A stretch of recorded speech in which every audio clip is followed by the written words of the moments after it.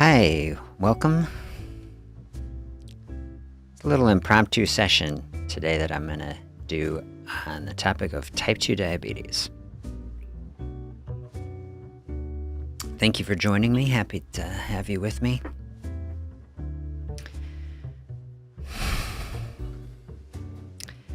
Type 2 diabetes is probably the thing in medicine that I'm very most interested in. So I should introduce myself. If you're new here, I'm Dr. Zimmermann. Historically, I'm a primary care doctor. Spent 12 years managing a primary care panel, and then toward the end of that, I shifted a lot of my time into running a weight management clinic at a large academic medical center. I'm focusing my time now on this process of simple fasting. Here with you on the channel, we got Jennifer here. Good afternoon. Nice to have you with me here. So, I've been doing a lot of self-reflection and kind of reflection on the channel. I don't know, we're somewhere around 18 months that I've been putting some thoughts out on YouTube. And I've been kind of thinking about, okay, where has this process started with simple fasting? Where is it going? What is really my priority? What do we want to accomplish? And so type 2 diabetes probably, people could debate, probably the biggest health issue that we have in our society, because it's at a root of so much of what's happening in health. The metabolic dysfunction that we have, and is kind of connected in everywhere, with heart disease and then liver disease and the weight issues, the cholesterol, the blood pressure, it's all tied in. And the trajectory of these things in our society, we're not going in a good direction with it. And so part of why I wanted to start this channel is to say, let's have some thoughtful conversations and learn from each other about how do we approach this issue specifically in a different sort of way. And I was having kind of a critical thought with myself. I was like, I don't know that I'm really doing it, in the way that I wanted to do it.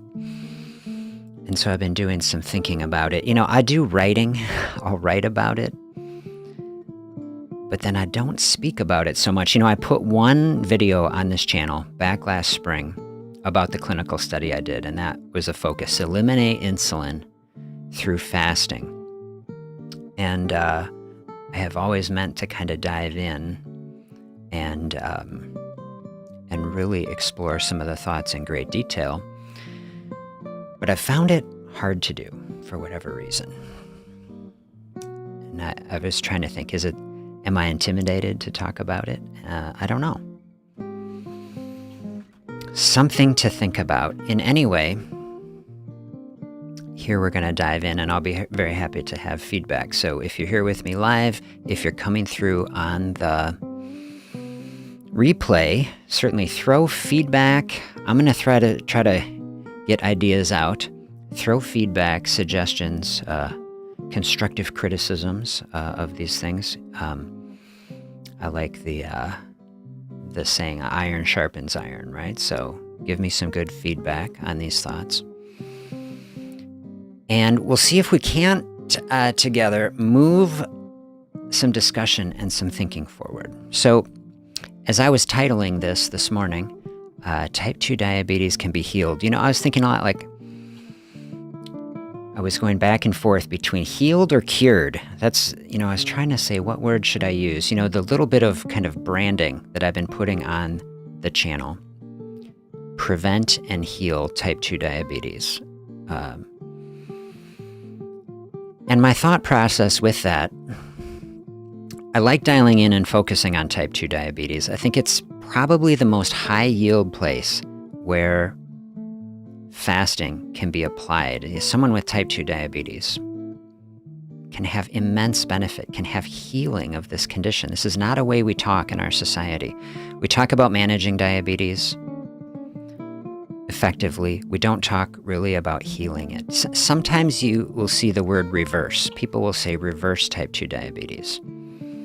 But healed, you don't hear much, and cured, certainly you don't hear much.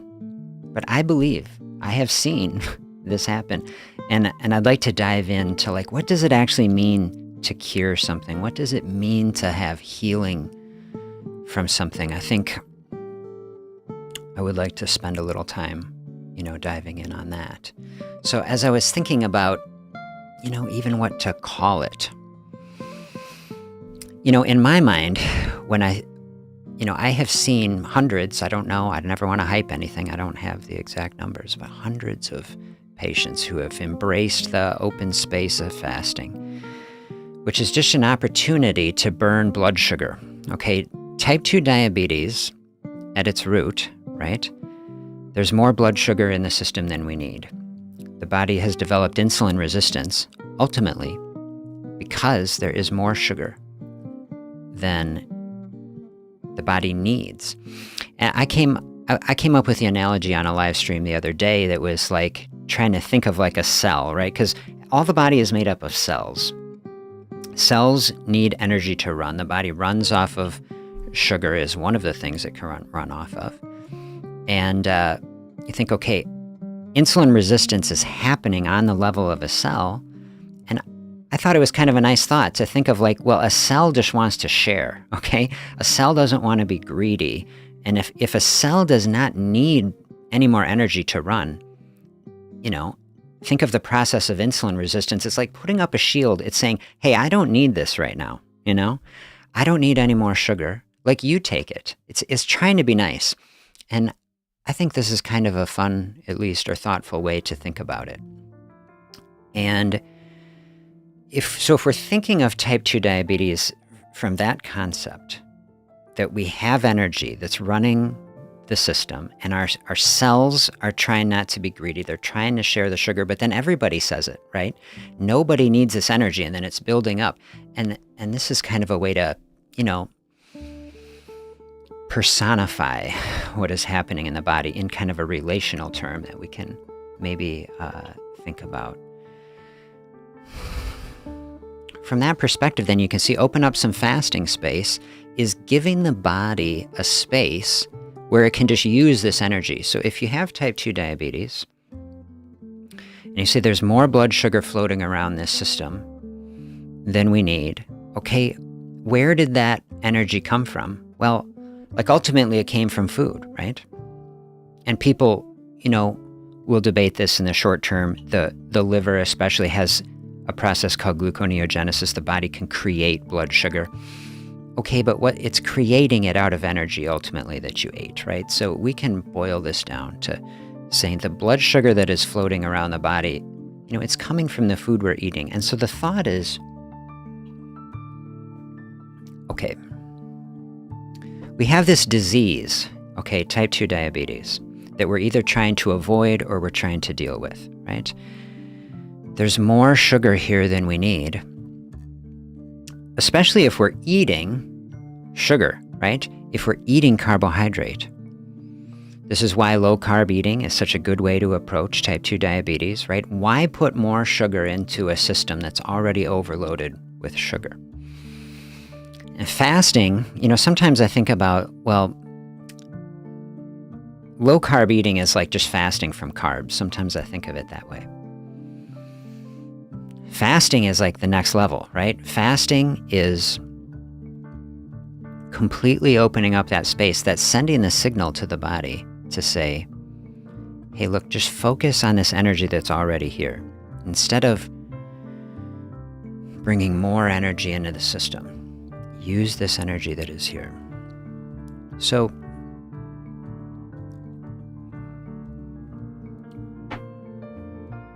one of the things that bothers me a lot about the current medical discussion around type 2 diabetes, one of the things that I would like to see change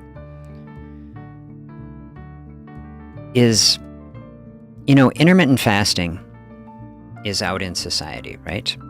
And people understand now, which maybe they didn't 10 years ago, like this is an okay thing to do to help people lose weight. But then people with type 2 diabetes especially are like directly counseled against it. They say, well, you're, in this special category, you can't do it.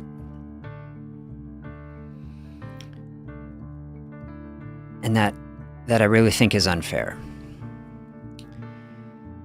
What is true, what I picture with type 2 diabetes is like someone is drowning in blood sugar, right? And I like that analogy, drowning, right? It's like there's all this blood sugar.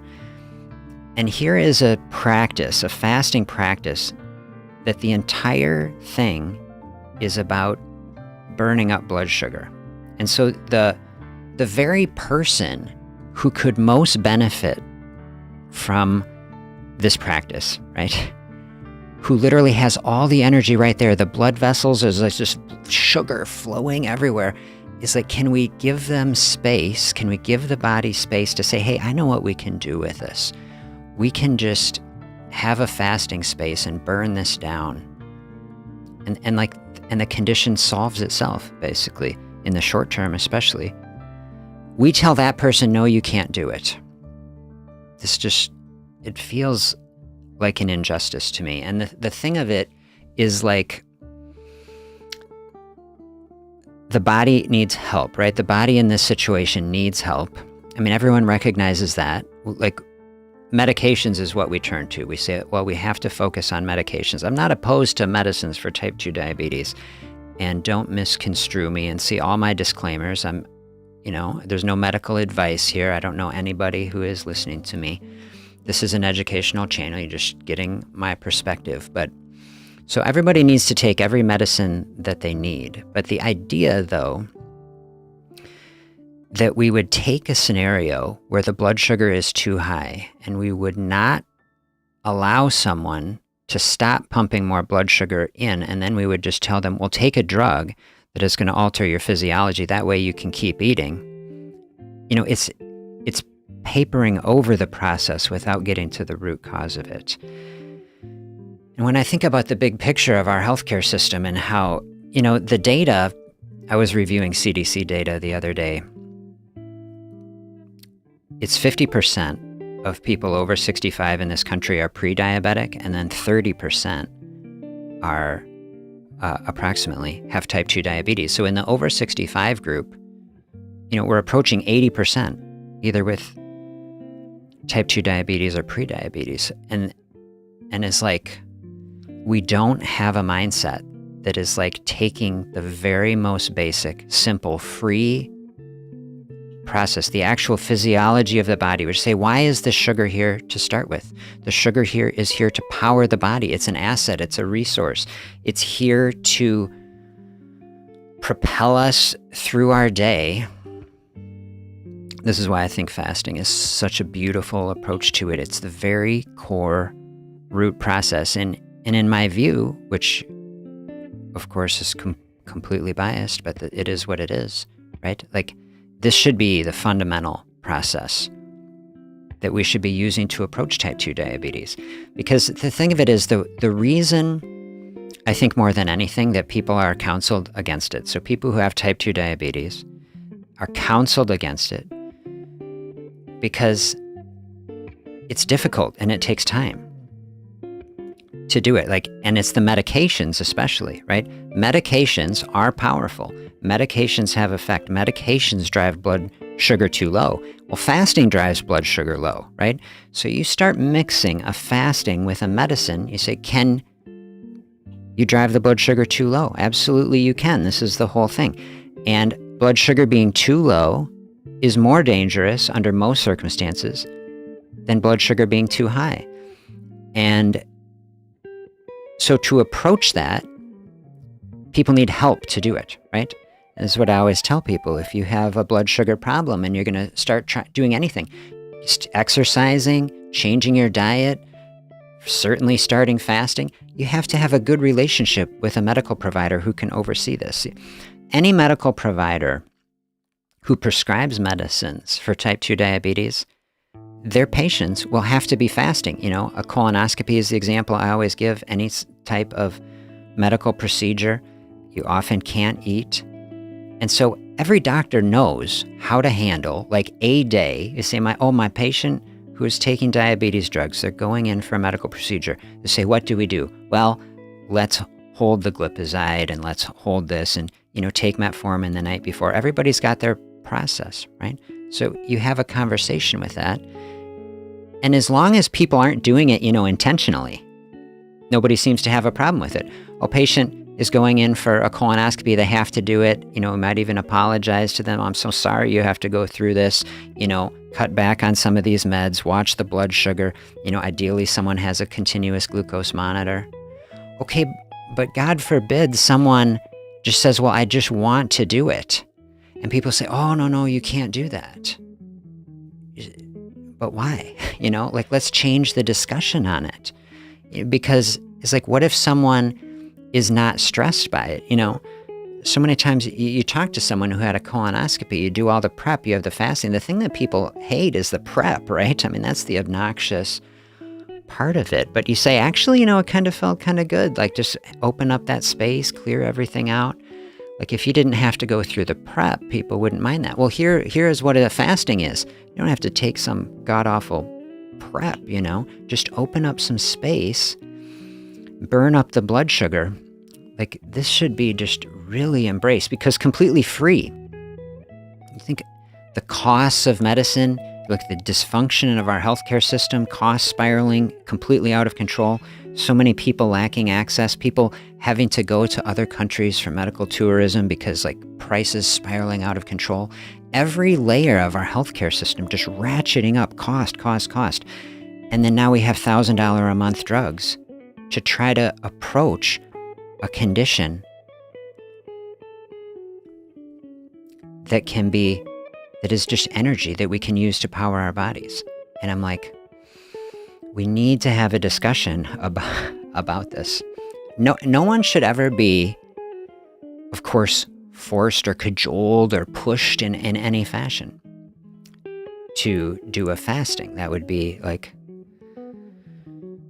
but I think that it should be offered. And I think a thoughtful medical system would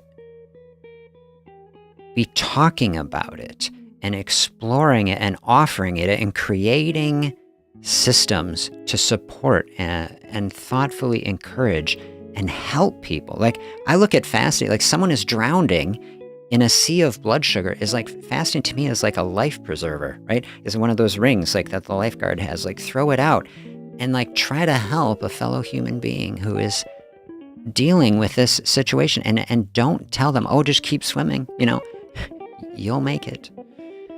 When we have the life thing right there, throw it out. Help a person to see it. That's what I feel like fasting is.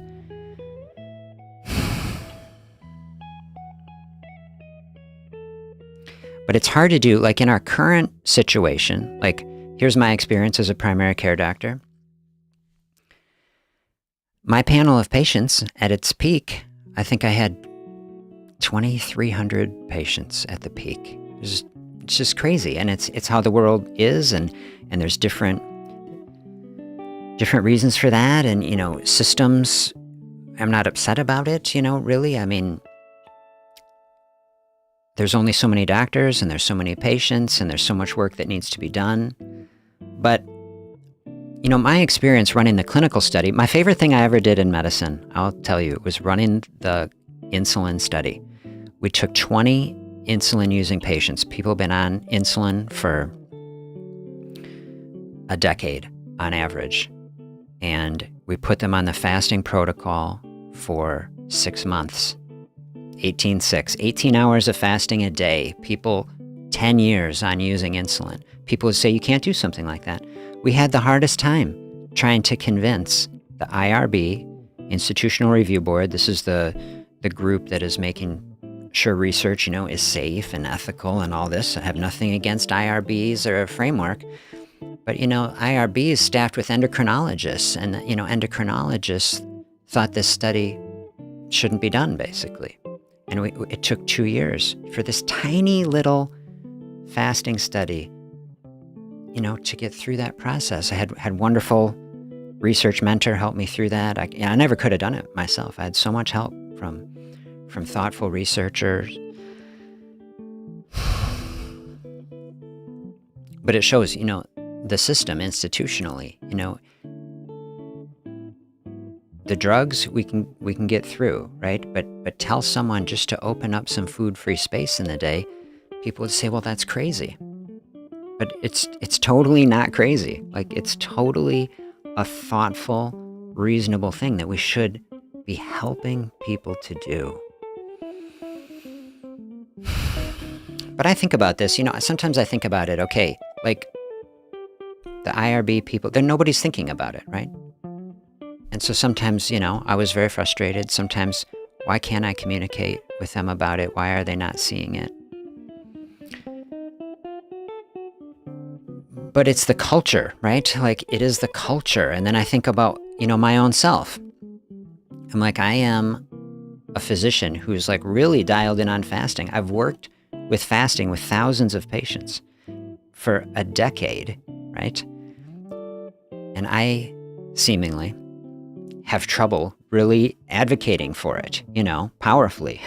I think, and this is what I'm trying to get a handle on, in this session, is like, I've had a YouTube channel for a year and a half. I just kind of dance around it. That's what I've been feeling like with a channel, like with the potential. Like, I'm trying to dive into these things, but then I'm also like, dance around it without really diving right at it. And this is what I'm trying to practice with you here live, is to really find, like, what are the words, what are the ways to communicate these ideas, that resonate with people in a broader way, because I feel like it's the type of discussion as a society, as a health system, like, that we really should be having to help people. I mean, we're having, people describe it this way, a metabolic crisis in our society. And then I just feel like we're sitting here in this space. We have a tool completely free that could help people. Like, why are we not really diving in? Okay, there was a first little rambling of thought. Thank you for everybody who's here. Let me know if you have thoughts about this so far. Are these reflections resonating with you as I'm saying? Like, what does it sound like to you? Because, these thoughts are kind of bouncing around in my head. And I was like, yeah, I need to talk more about it.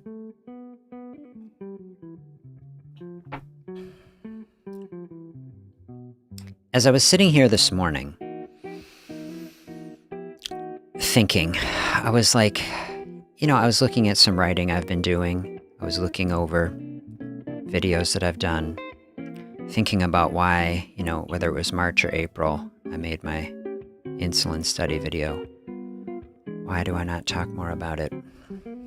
So I just typed into Google. Let me bring up my Google search. I asked Google, can type 2 diabetes be cured? This is what Google says. No. Type 2 diabetes cannot be cured. Currently, there is no known cure. It is considered a chronic condition that requires ongoing management through diet, exercise, and medication. No cure exists. While lifestyle changes, now this is Google, this is not my thoughts. While lifestyle changes like weight loss and exercise can significantly improve sugar control, potentially put some people in remission, it does not mean the diabetes is gone. Management is the key. Focus on managing blood sugar levels through healthy eating, regular activity, and medication.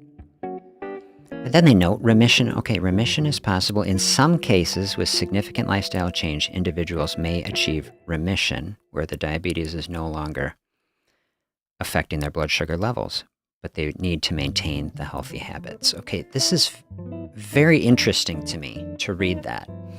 And I think that, this is the Google AI, the summary they're putting up of things. I mean, I think that's a really accurate assessment of the current thought around type 2 diabetes. I mean, that's what it's doing. Presumably, it's scouring the internet and synthesizing however it does.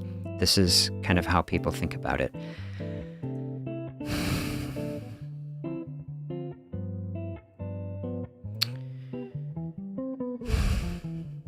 Wick sounds in the house.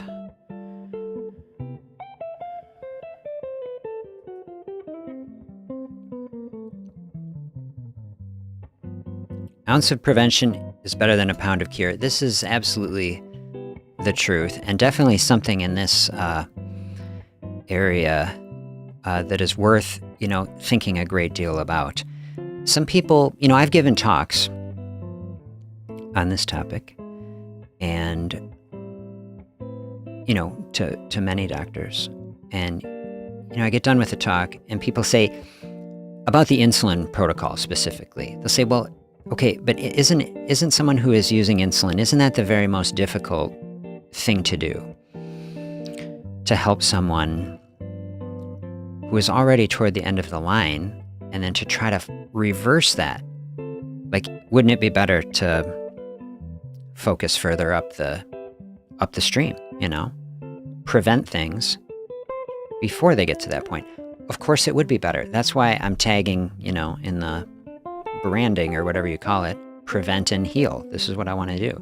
Prevent people from getting type 2 diabetes in the first place way better than having someone have it and then have to reverse it. Don't you wish, someone in that scenario, that it could have been prevented? 100% I do. And I think that taking someone who has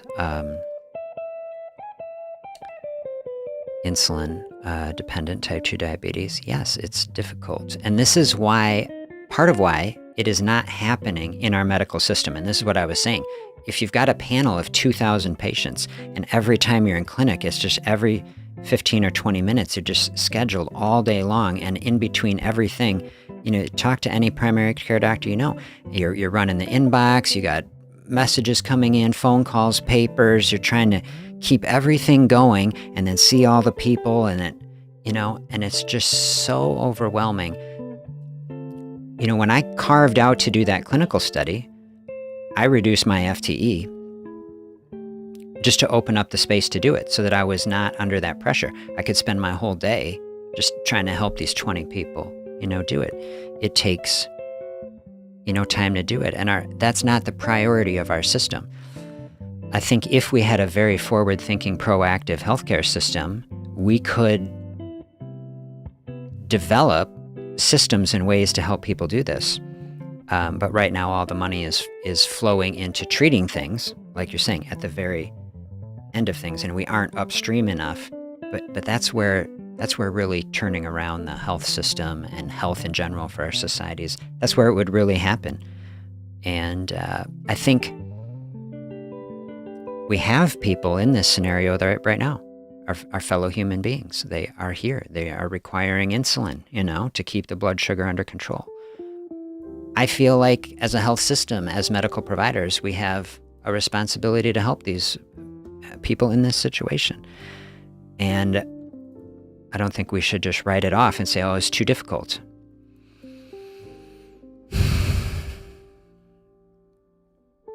And so this is a big thing that I want to do. Like, I've opened up space with simple fasting with my consulting. I have capacity to help people do this. And part of my personal vision for 2025 here, as I'm recording this, is like, how do I utilize that capacity? How do we build out? Because people don't know, I don't know. So this is kind of what I'm thinking about. I want to balance it. Let's balance it. Let's go back to the Google. Yeah, Greg says, managing with medication sounds profitable. It's where all the money is, right? It's all the money is in this sort of place. And, the drugs that we have, they're very good. I mean, it's kind of amazing. They are amazing. I don't want to be too critical to say, like, the fact that you can have a condition like type 2 diabetes that is caused, right? Too much energy coming into the system, not enough energy flowing out, right? Not enough physical activity, too many refined carbs, processed foods. The system is out of balance. The fact that there are medications that you can basically not change what you're doing, and then you can take drugs and you can keep that sugar level stable in the body. I mean, that is wild, and that is very helpful in certain, scenarios. But as a comprehensive approach to the process, it makes less and less sense to me that we are not really diving in on the root of the process. And I guess part of what I want to learn, I want to develop the ability to more effectively communicate these ideas. And I guess the only way that I can think to do it now is just to practice it and try it out. That's why I jumped on the live. I think about it. I do some writing in my own thoughts, but just to speak it, to speak it out into the world and find a way, connect with people who can give me some feedback on it and share their thoughts. I am not of the mind that I have all the ideas to do it, and I'm very interested in learning from people's experience about it and throwing it out there. And, if we're really going to do something as grand, in some big vision, as like changing the culture around it, of course, it's going to take a lot of collaboration and thinking, and I'm very open to that. And then, I look at kind of the landscape of thinking from like really grand thoughts of like, we need to push this out and change the entire healthcare system. Okay, and then I try to bring it all the way down to say like, let's just help a few people, like, let's keep this going on a more personal level. Let's bring it down just to one, person. Are you someone who struggles with blood sugar? I'm trying to build resources between, videos here, live sessions where we can connect and talk, private online community I have, we can connect there no matter where you are. My ability to personally consult with people right now is limited to the state of Wisconsin, which I have enough, as one person to do that. But of course, I could envision a scenario where we're able to expand that in the future. If, I don't want to say sell it, or market it. As a doctor, these are not things that I'm like used to, but now that I'm kind of out on my own and, looking at the reality of running a business, I was like, well, fasting is a business. Fasting is free. How do you sell something that's free? How do you, it's just selling the helping of people to do it. That's my thought on it anyway.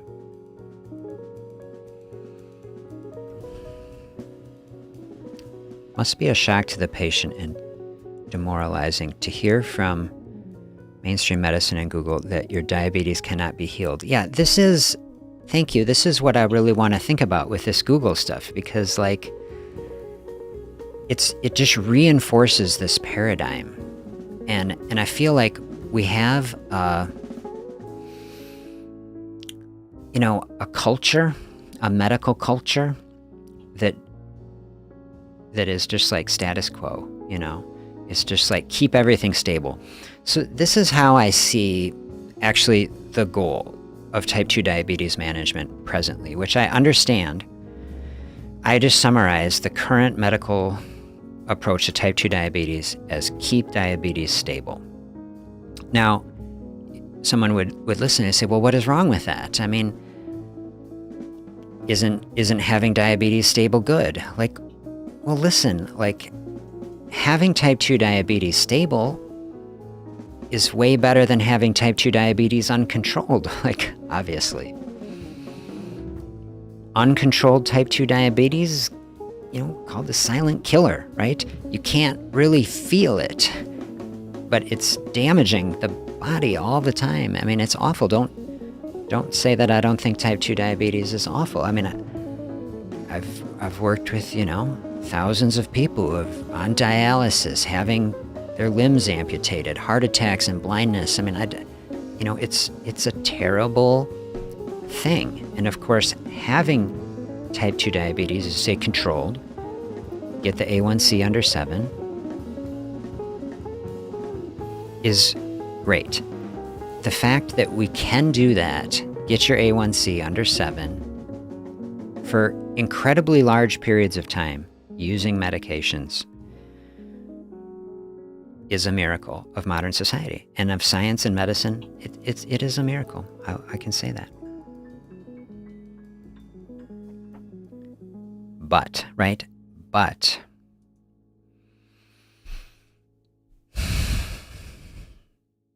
there's something better, right? There's something much better. And I think we should have our mind open enough to say, why not explore the possibility of better? What would better look like?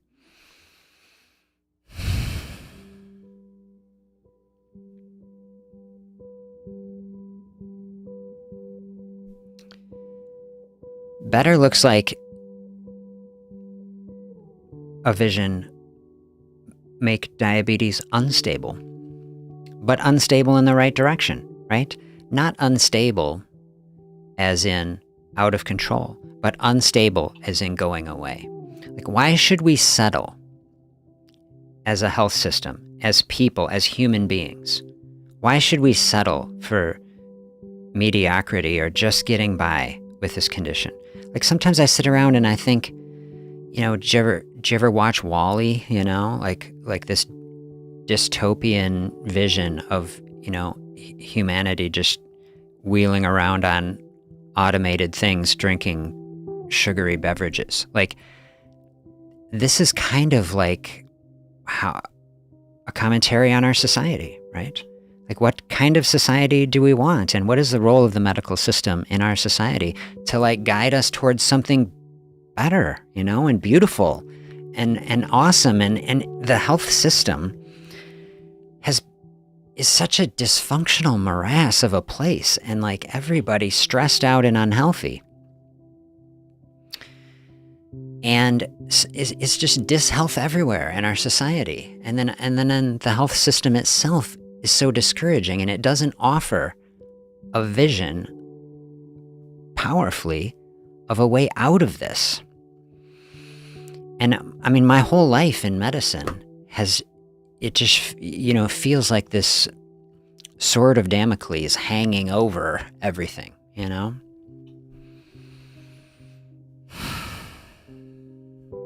I think we should make health exciting, We need a compelling, positive vision of health. And we need healing to be a part of that discussion. I really think it's possible if we found a way to sufficiently connect with people that we can really turn around health. All the depressing statistics, all the trends that are going so badly, I would like to see them reversed, in my lifetime. Is that too much to ask? That we turn this whole thing around and bring health and healing to our society, to our communities, to our friends and family, to ourselves, right? It just starts here. We just bring it down.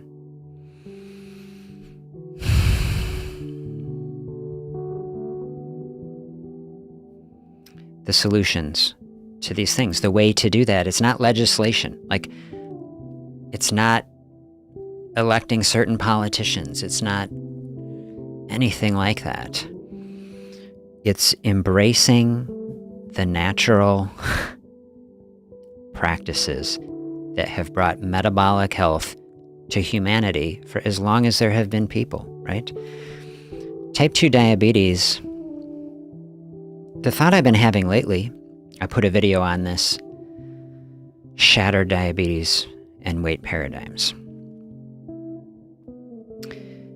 the shattering paradigm, I would say is stop even thinking of type 2 diabetes as a disease. Like, I'm not going to sit around and argue with someone about whether type 2 diabetes is a disease. I just talked you through, okay, it's a terrible condition. It causes tremendous death and disability, and I hate it, and I want it to be gone. I mean, I would see a vision of like eradicating this condition from our society.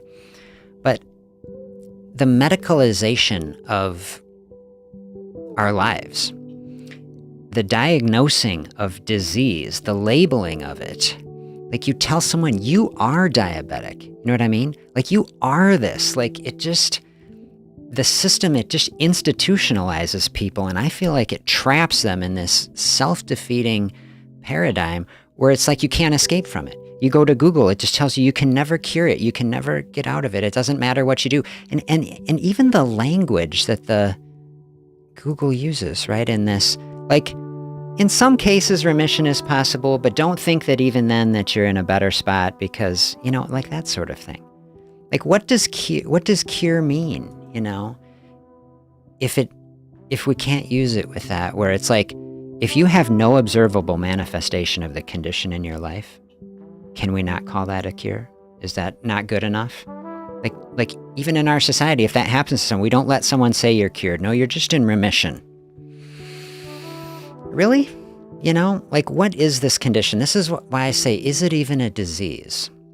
And this is just a thought I had. I'm not pronouncing like, oh, it's not a disease, but I'm just saying, is it really? Just can we think about it? If we open up our mind to it, I say, well, like if I was just coming to this process, I knew nothing about it, beginner's mind. And I say, in 1950, in the United States of America, most people lean and healthy, and a tiny fraction, a couple percent, have blood sugar problem. And the general amount of people, healthy metabolically for most of their life. And then we flash forward today, I gave the statistics in the screen, up to 80% of people over age 65, pre-diabetic or diabetic. Say, holy cow, like what has happened here? What has happened? I see people online, on, TV even, doctors who may or may not be getting paid by GLP-1 manufacturers say obesity is genetic. Like, okay, has the genetics of our society deteriorated over 2 generations? Is that what has happened? Or are we actually the same human beings, just like everyone else, and we're in like a totally crazy, dietary lifestyle framework? Like, this is what I resonate with, definitely the latter. And so I look at this, I say, this is a dietary phenomenon. It's much more than a disease, right? To label someone as a disease, to say you are type 2 diabetic, this is like your existence. You are it. Like, no, you're a human being, You are strong and capable, and you are in an abnormal culture. You're in an abnormal food environment, an abnormal physical environment. Like, this way that we're living in this society is creating the manifestation that we see with blood sugar, right? We all live in cities and we all drive cars around. We don't really move our bodies. We can't walk to places. And the food that is just pumped at us all the time is highly refined. It's, got all kinds of chemicals and stuff. Like, in that environment, now we just label you. We say, oh, you're a type 2 diabetic. It's like, it's your fault. This is like your being. No. Like, that whole mindset is so negative. Like, I want to, like, let's not even think about that. Let's stop labeling people as diseased. Let's start opening people's mind to saying, like, you are a human being and you have the capacity to heal and you have the capacity to change and make decisions and take actions that change your environment, that push back against all of this. And as you cut out all the processed food and you open up fasting space and you move your bodies in healthy ways, okay, this condition, like this disease, if you call it that, it can disappear. It can go away. This is why if I was just coming to it, I would call it a dietary phenomenon or a dietary and lifestyle phenomenon. When you're a human being who is placed into a certain type of an environment and you act in certain ways and make certain decisions, And this has effects in the body, right?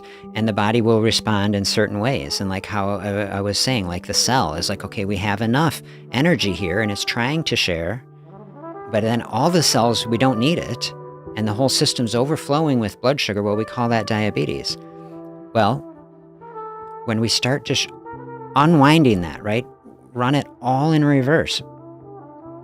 Undo the steps and get back to the root level. Stop the processed food, open up the fasting space, burn down the blood sugar, stop the insulin pressure on the cells. Get to the point where a cell is like, hey, actually, you know what? I could use some glucose around here. Like, my glycogen level is coming down in the cell. Like, could I have some? Like, then the insulin resistance naturally goes away. Like the cell's taking down the force field, right? And it's like, actually, now is the time. I don't mean to, be needy, but if you find some, I would use some glucose now. I just think the cell is such a kind thing. This is how I try to think about it. It wants to share. It doesn't want to take more than it needs. But when it needs it, okay, it will ask for it. If we want to really revolutionize our treatment of type 2 diabetes, if we bring it all the way down to the cellular level, we want to thoughtfully, gently, carefully create an environment where the cells of our body say, you know what, I could really use some of that energy now, and then they will use it up and burn it off and run through it, and they'll help bring the system back into balance. Diabetes, the metabolism, the hormones, everything is out of balance. Our bodies are mirroring the society. This is how I feel about it. Our society is completely out of balance. Our healthcare system is out of balance. Can we bring ourselves back into balance, right? And as we do that, this is why I say we don't need legislation. We don't need politics and these sort of things. We need to, all of us together, bring our health back into balance. Fasting is a path that can do that, along with diet, exercise. People with type 2 diabetes should not be prevented from exploring this process. We should develop systems and methods to help expand the ability of these practices to help people.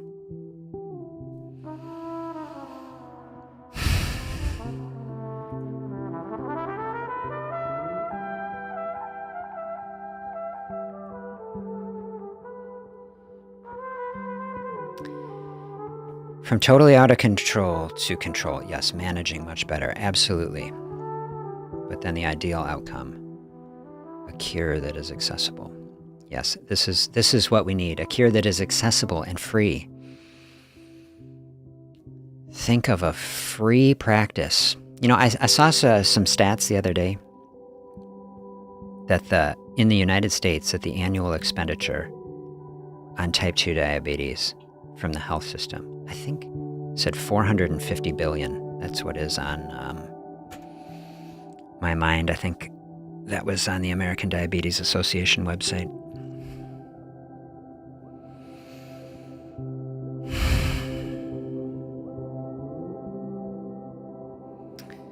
I think about my own life.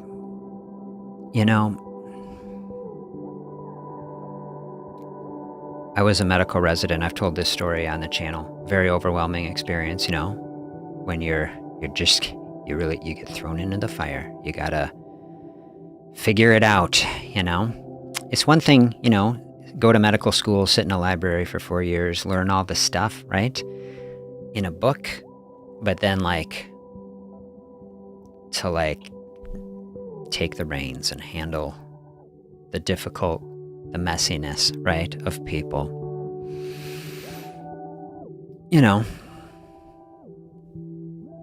Who are in, you think of the hospital, right? It's the worst. It's the worst, right? People having the worst days of their life. Very difficult, maybe dying. Very difficult space. Is hard, So I coped with that with ice cream, right? That's just what I did. University of Wisconsin, we got some great ice cream. Babcock Hall ice cream. They just got freezers full of it in the basement of the hospital. There's a whole thing I could rant on forever and ever about, like, the food in hospitals. And, you think a hospital is supposed to be a bastion of health and healing, right? Like, what would your life look like if you just ate at a hospital your whole life? Have you ever had to do it? Have you ever had a season where, like, a family member is ill and you're always going to the hospital? Like, I'll just tell you, for most people, I run a weight clinic.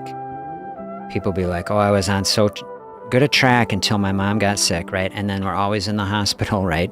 And then you're eating cafeteria food. I'll just tell you, I went from being a really, really healthy, person my whole life, through college, medical school even. And then you start, being a resident, you're like living in a hospital.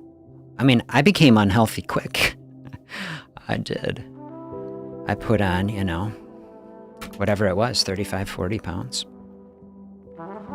Within a year and a half, eating ice cream and cafeteria food and not getting good sleep and chronic stress and okay, that was driving me to a very bad place. Like, does anybody think that if that's how my life was how old was I? 26 or whatever it was. Like, does anybody think that if I would have stayed on a course like that I wouldn't have a blood sugar problem now? That I wouldn't be significantly overweight?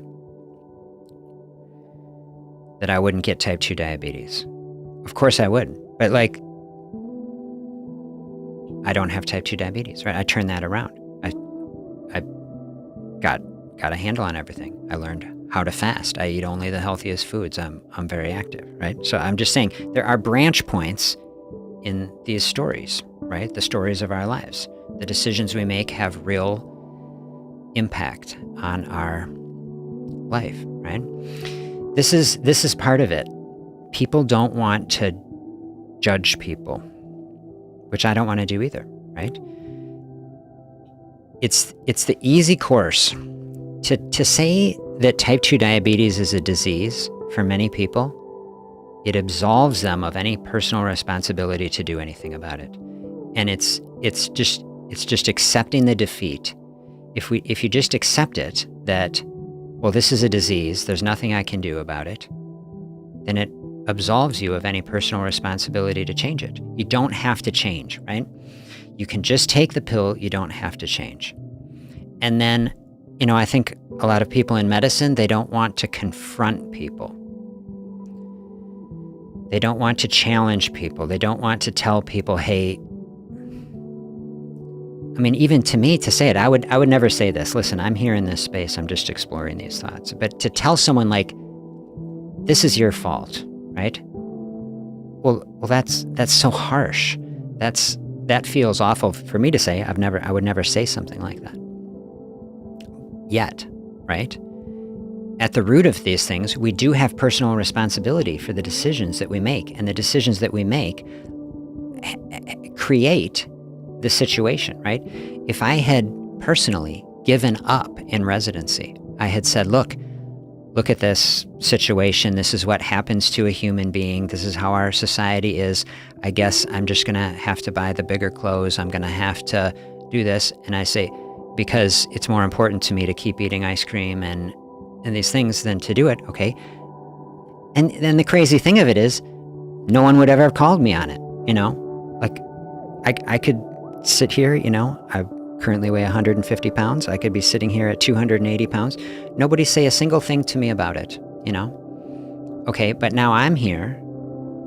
I got way upstream of this process. I never developed the type 2 diabetes. And thank God for that.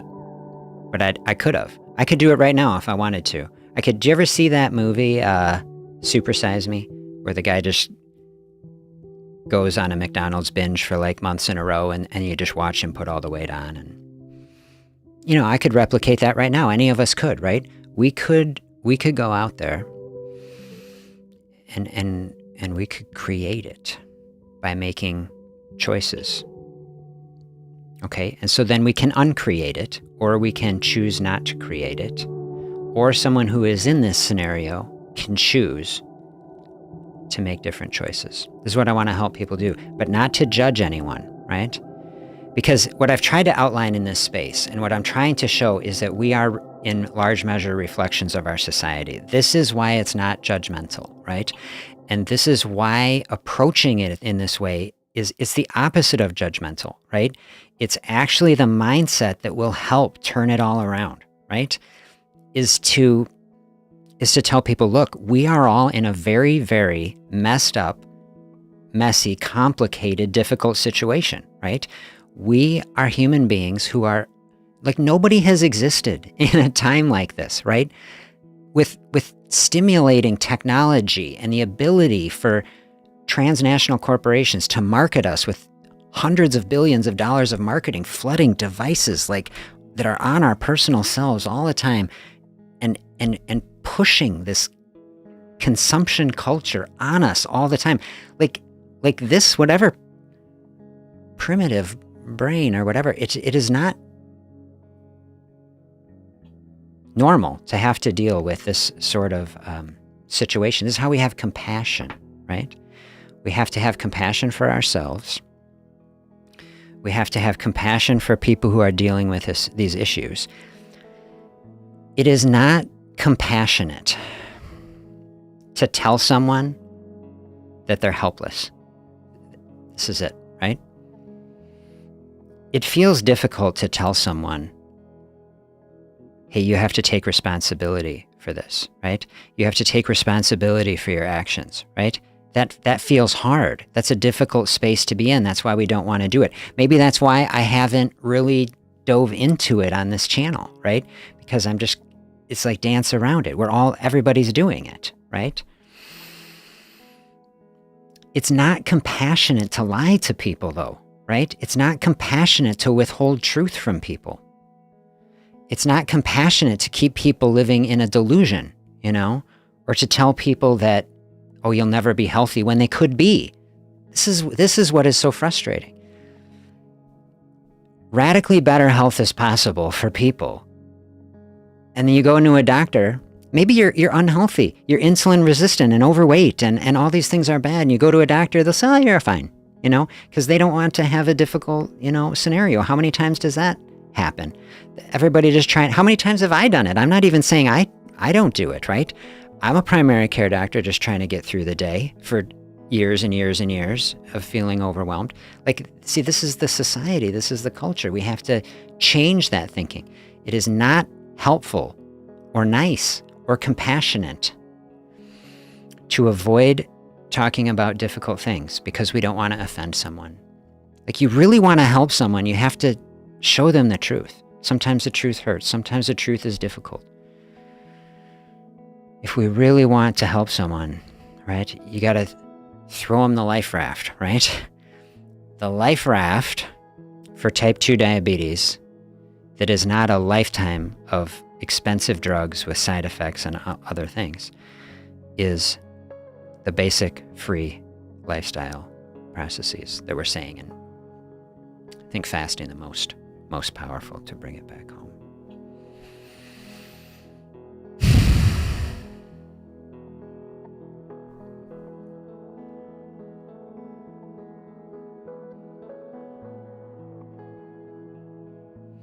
Yeah, this is the thing, corporations are maximizing the palatability and profitability while disregarding the health impact. Everybody is doing that, and it's not like it doesn't work, Like, you go into a cafeteria, I just think about so many of the things I would, eat. They got, big steaming piles of macaroni and cheese. I would load up just entire tray full of this warm, gooey, delicious smelling macaroni and cheese, and then don't you feel better? I remember I would feel better, that's and so people want it, and that's what's tricky in the hospital then, right? Is you just want comfort food, and someone might say, well, is there anything wrong with that? I mean, there's not anything wrong with comfort food, but when the comfort food is the lowest quality and and so bad. I don't know, It's complicated. Very complicated.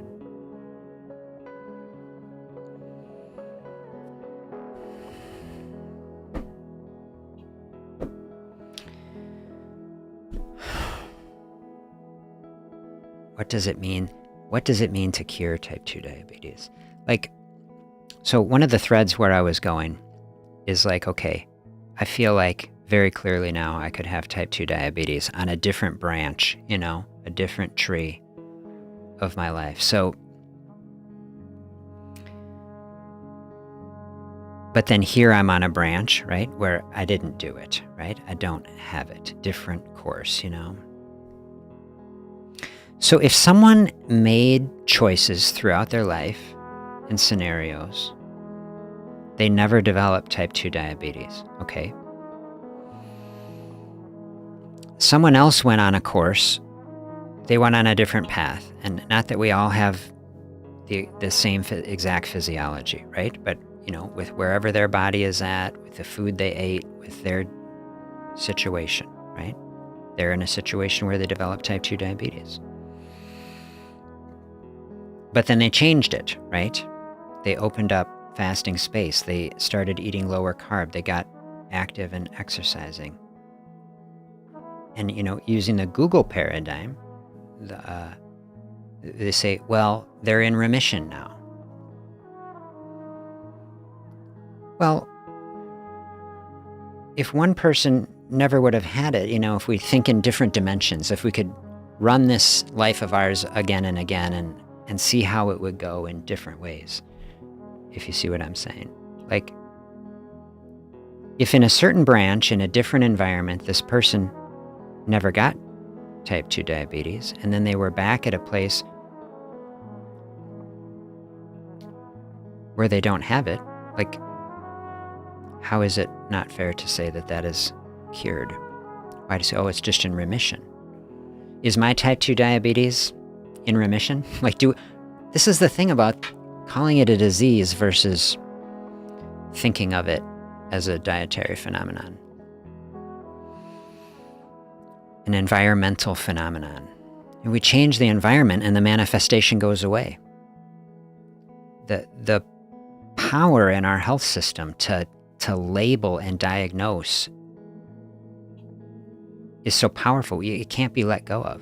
You can't let go of it. Once you've been diagnosed in the healthcare system, from the perspective of the healthcare system, you always have it, You can't get away from it. I don't like that. That's not to say, healing, if we're really going to dive into it, healing is a process. That's not to say that, people think of a cure, they think of a magic wand. They think of some shaman laying hands on someone, casting a magic spell. Oh, you were cured, you were healed. Everything I'm talking about, right?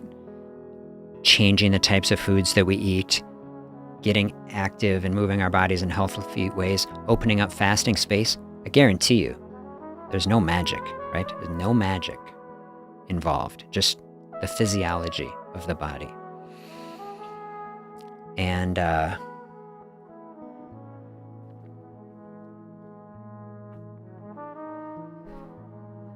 but it can be healing. That can still be healing. I was talking on the live stream last week with a viewer, and they were saying, okay, I've been doing some fasting practices. I think they were doing kind of an 18-6 and an OMAD, 1 meal a day eating.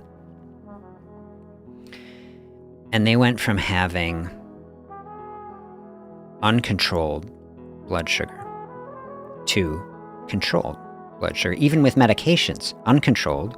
And then they're doing these fasting practices. They're having very tangible benefit from it. But they were asking me, they say, hey, look, I'm in this state. If I keep fasting, I keep eating healthy foods, then my blood sugar is fine. But as soon as I have a cookie, then my blood sugar will spike up. And I don't know if they were exactly asking this, but let's just for the sake of discussion, let's just say, is this person healed? Has this person had healing? You know, in the Google framework, like we were saying, this popular culture framework,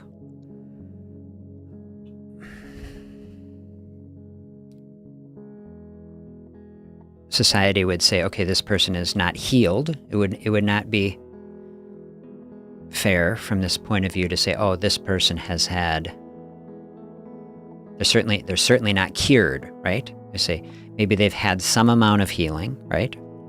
I wouldn't even argue with this too much, right? Healing is a process. Healing takes time. It often takes much longer than we want or think it should. So maybe this person say, well, they've had some amount of healing, but they aren't cured. Might be a way to think about it. Well, again, I might push back a little bit on that, because it's like we look at this culture and this experience that we're having, and we say our society is normal.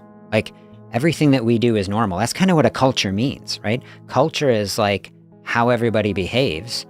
And it just becomes the default way of living. And then we say, well, this is normal. That's kind of what a culture is. That's why fasting practice is really fairly countercultural, because it's like the exact opposite of a consumption culture. It's like an anti-consumption culture. It's saying, actually, let's open up some space without all this consumption, okay? So if we like open our mind to like the history of humanity, like it's not actually normal to just eat cookies all the time, right? And like, if we were sitting around, 2,000 years ago, and we went back in some time machine and we start loading our forebears up, with some cookies, we could watch their blood sugar go up, I mean, we could diagnose them with a blood sugar problem. But like this is human physiology. Like people don't realize, like everybody's blood sugar will go up. Someone who has had a struggle with insulin resistance, someone who's had type 2 diabetes, and struggle with that. And then you've gotten to a place where you've used natural methods to heal from it. And you say, oh, but then when I go back, then the blood sugar goes up again. It's like, yeah, like that's what it is, that's how it is. And, That's kind of this spot that I'm kind of thinking about with this word cure. Like, if it's really a dietary phenomenon and we change our environment and we can have a situation where the blood sugar is normal, except for when we start doing all the things that created it in the first place, well, that's a little bit unfair, I think, to say, well, we can't talk about healing. Always tell the uncomfortable truths, but do so in a respectful way. Yeah, this is what I want to figure out on the channel. How do we do this? And I don't know if I really have a good ability to do it. I hope I do. Maybe I do, but maybe I don't. I don't know. I was talking with some people the other day about there's two, I don't know that they're competing, two different philosophies in our society right now.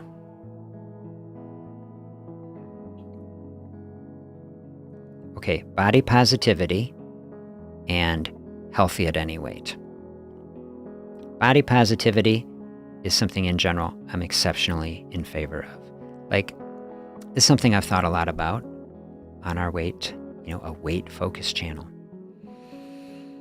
A lot of people develop self-loathing and hatred for themselves as it relates to their body image. It's a very difficult, very, very difficult space. People judge themselves. People, we're often the most ruthless with ourselves, right?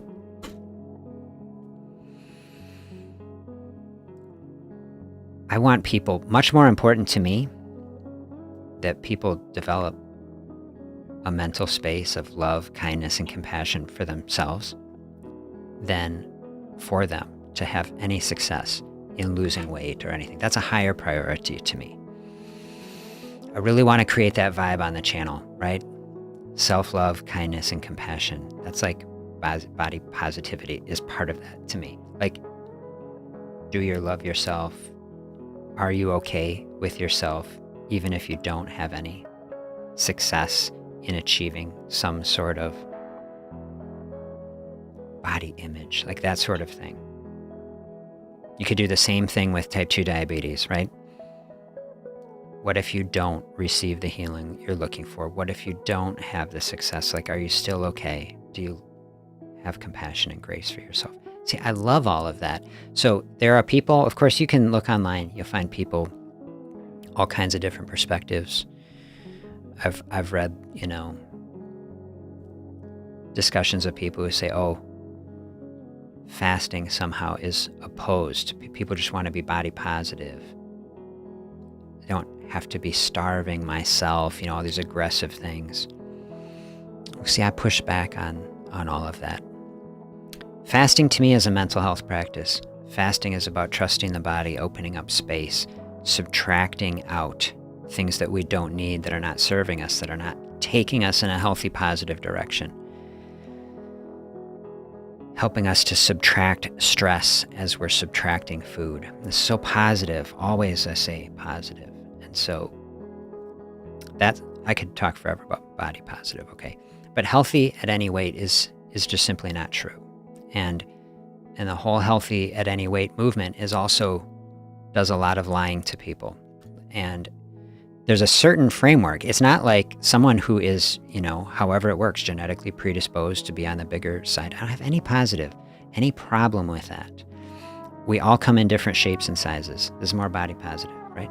It's all good, right? But if you look across the spectrum, right?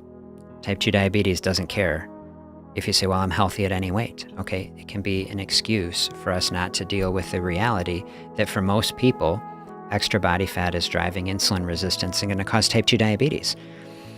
And I think it is unhelpful for a health system to just abandon people, to say, oh, you can be whatever weight you want.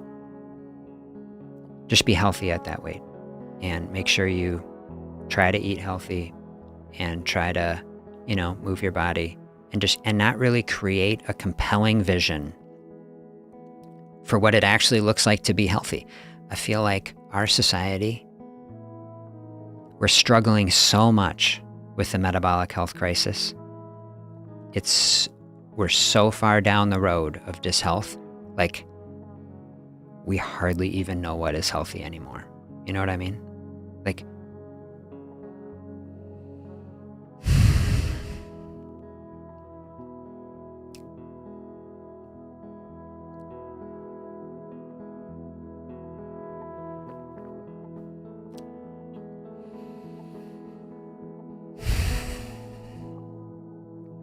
how long have we been at this here? I don't know. This felt good to me. This is a big rant to me. I'm trying to move towards some of these thoughts. Really appreciate the comments here. I will appreciate any comments coming through on the replay. I think I'm gonna do a little reflecting about this space.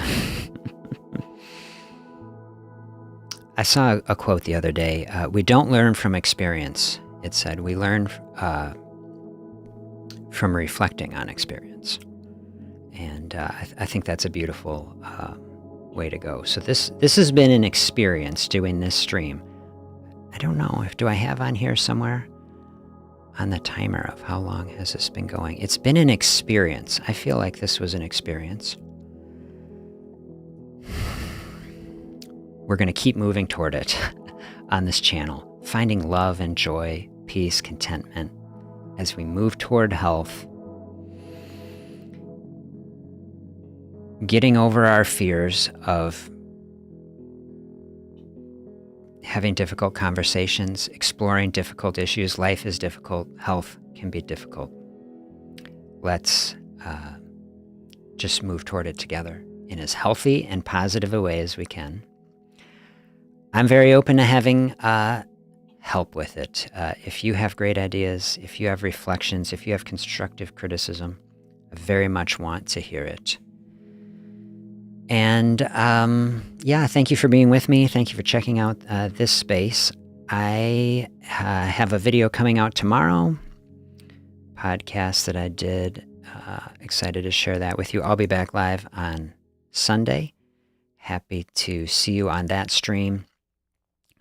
That's going to be focused on don't be overwhelmed. That's what I'm calling it. So it's going to be, I think it's going to be a nice session. So I will see you there.